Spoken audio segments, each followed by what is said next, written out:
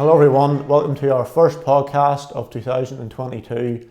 We are here at Annalong Football Club, as you can see, and we're delighted to have Timothy Burden with us, who is the first team manager. He also is a first cousin of mine, so it's even better to start the new year off with a special podcast, and for him to tell his story of how he got into management and how the football club is progressing under his guidance, and learn a little bit more about him and get Annalong's name out there a little bit more as well. So Timmy, you're very welcome onto the podcast. Thank you. Great to have you on.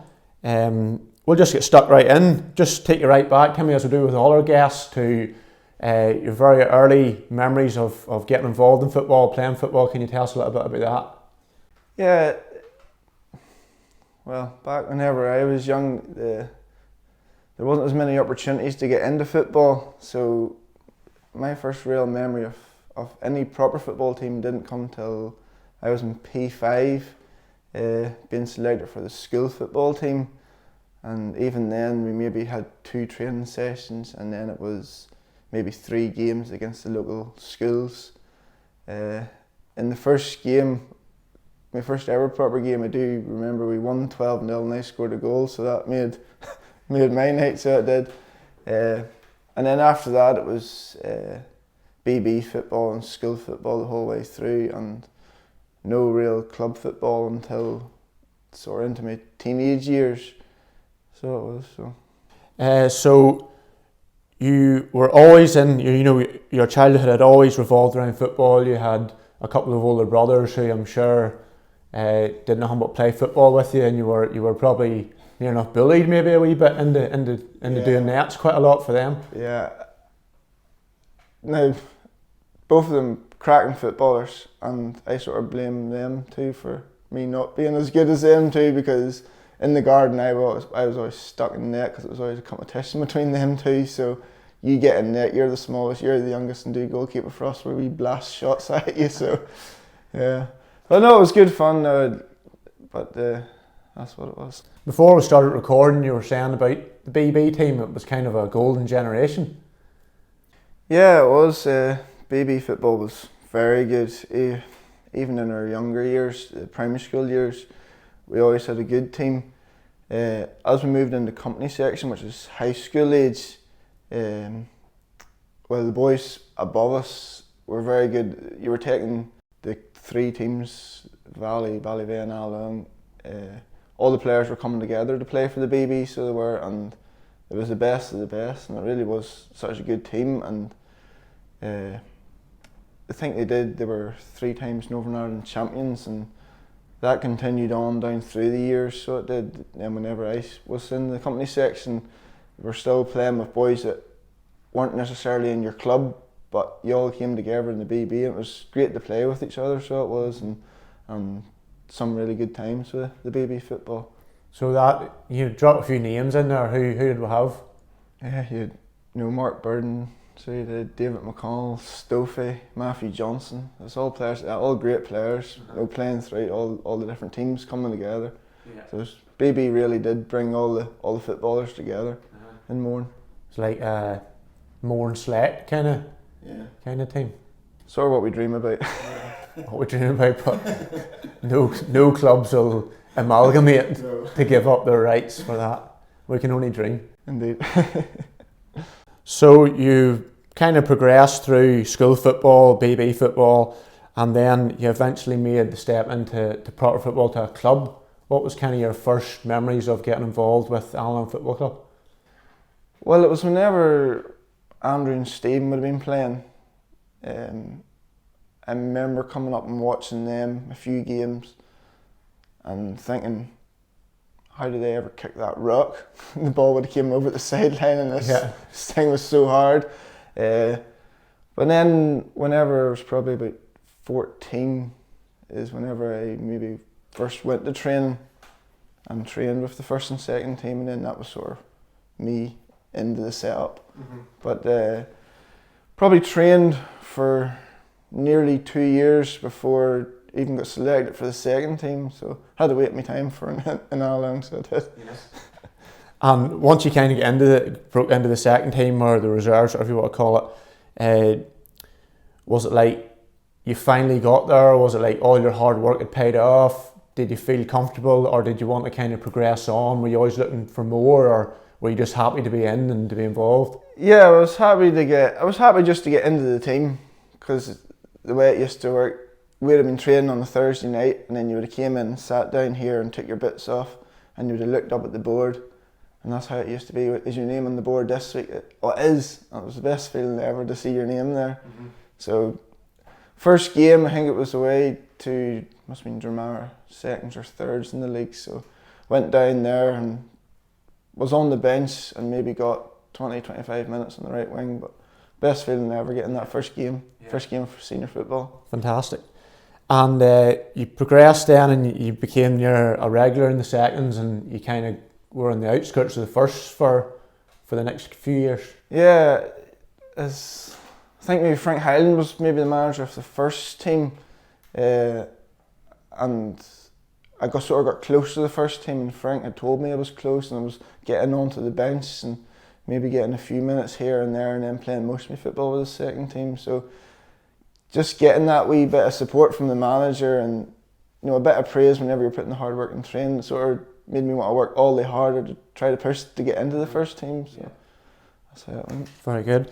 And as time went on, Timmy, you were obviously playing and you were playing for the first or second, whatever it was, but before you ever made the step into management or coaching, was that ever anything, was coaching ever in your head, or were you just always focused on playing, or did you kind of think in the back of your head that, maybe someday I'll go into management or coaching, or did it just kind of come out of the blue for you?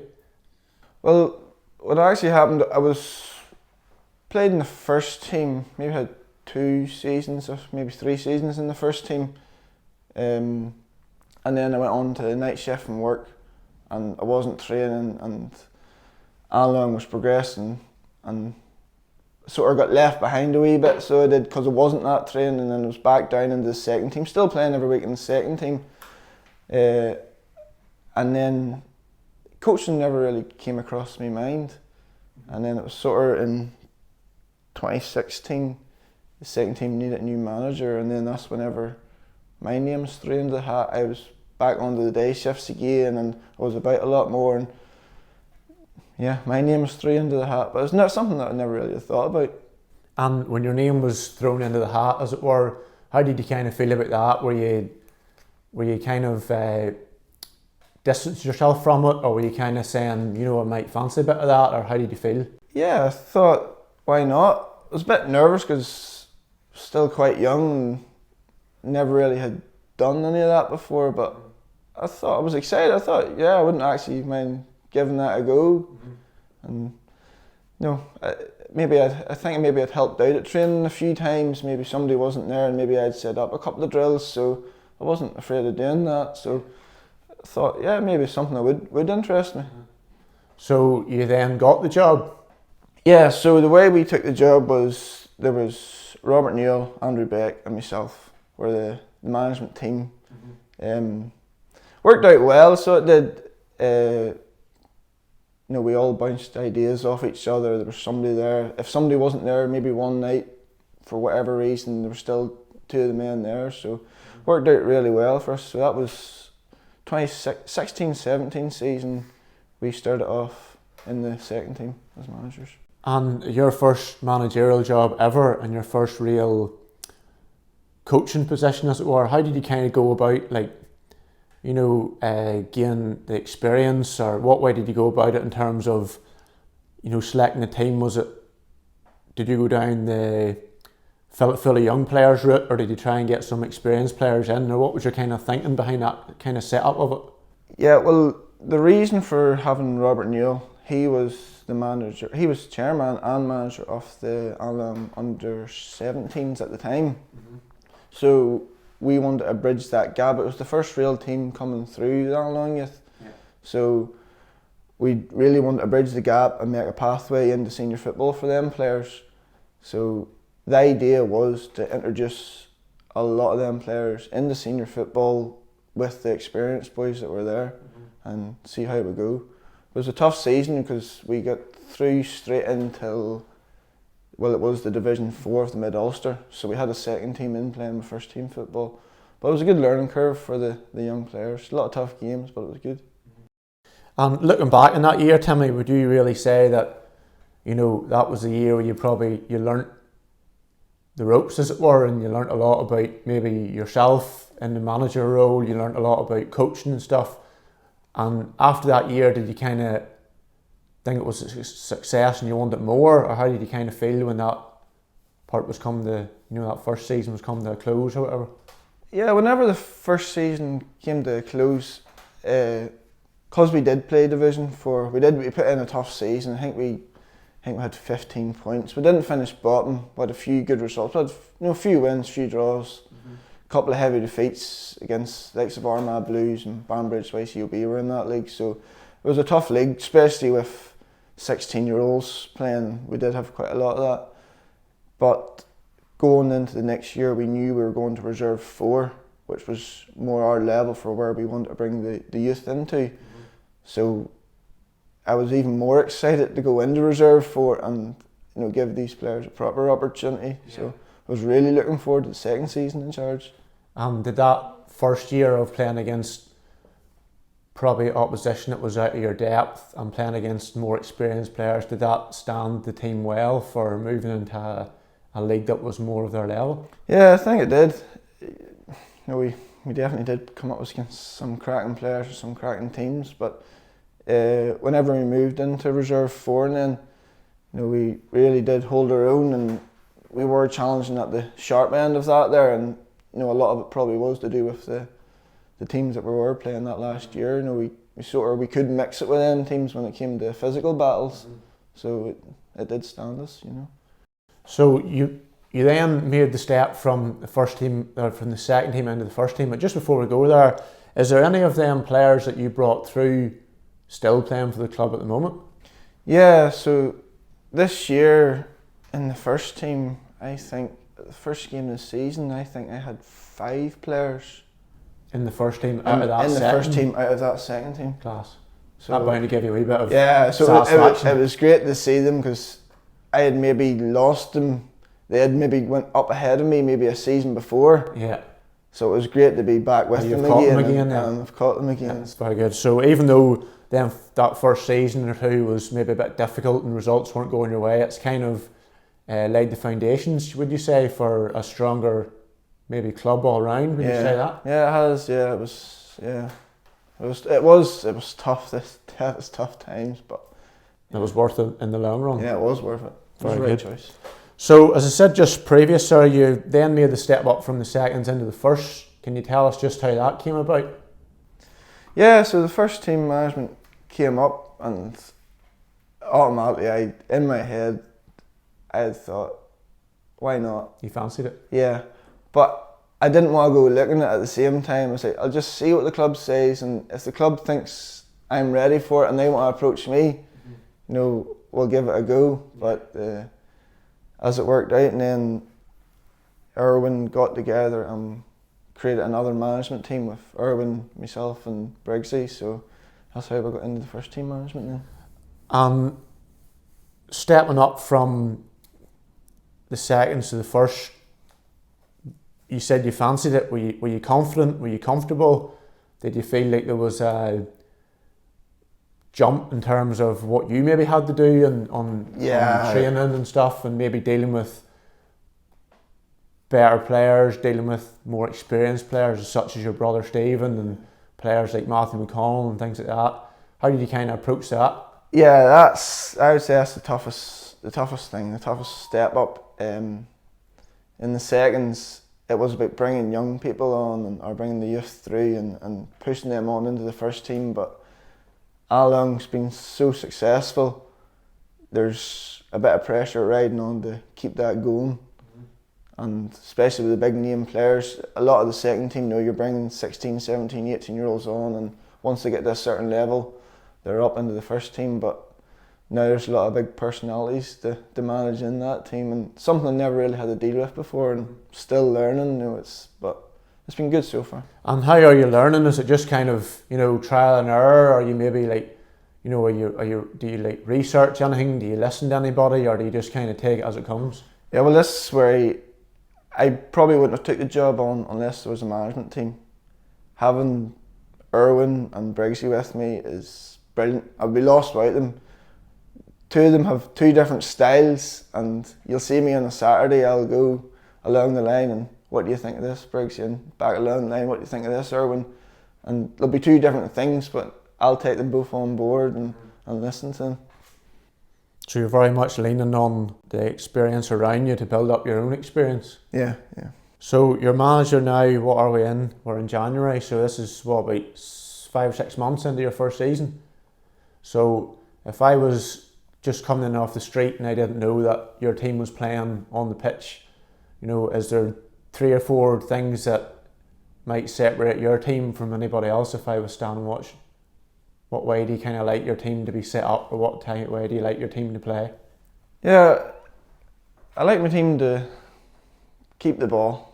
I love possession. I love holding on to the ball, moving the ball as a team, and frustrating the other team, and then being patient, and whenever that opportunity comes, pounce on it and make that team pay.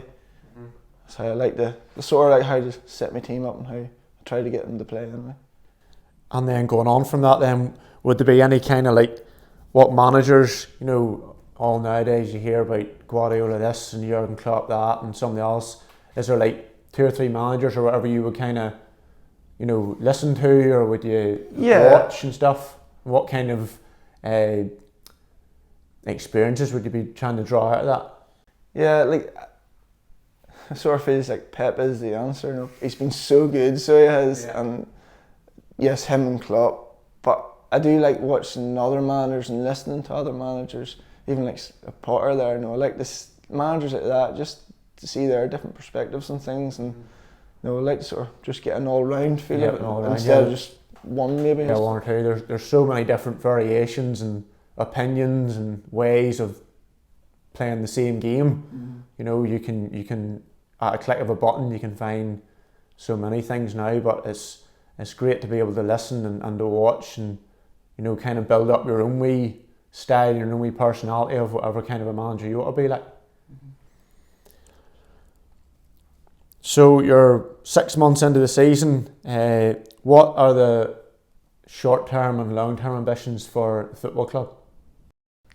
Well, short term, I would say this is our first full season in Division 1, so it is, the season was started previously and we only played a few games and it was cut short. So it's our first full year, 2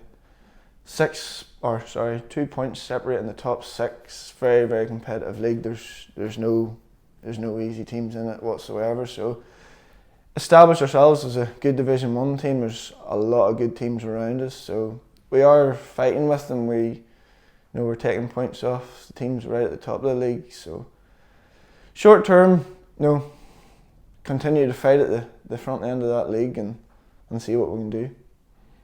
Long term then is, I'm sure, intermediate football is a goal of the club long term. Yeah, whenever we're in Division 1, intermediate it's a real goal. That's what we would like to be focused on. When it happens, it will happen, but that is the goal, to push on and develop into that there. And would your team selection do you still try to include young players coming through? Do you try and maybe steal a player or 2 off other local clubs, which is very difficult, or do you try and build from what's within?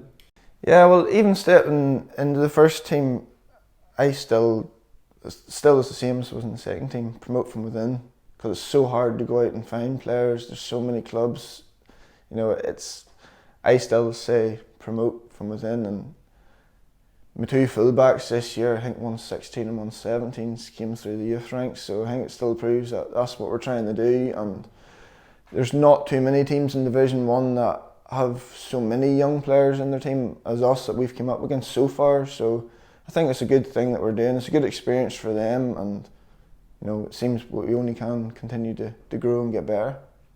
And the old players are still hanging about, the likes of Stofey and Leslie and players like that, still trying to play a bit of football every week. Still here every week, still can rely on and still doing the job, so that's the main thing. Long may it continue, says you. Indeed. So it's a big year for the club. I believe it's your 125th anniversary. Are you planning to mark the occasion in any special way? Yeah, club have a lot of events organised. Are you allowed to release any of them to the press? Maybe not just yet.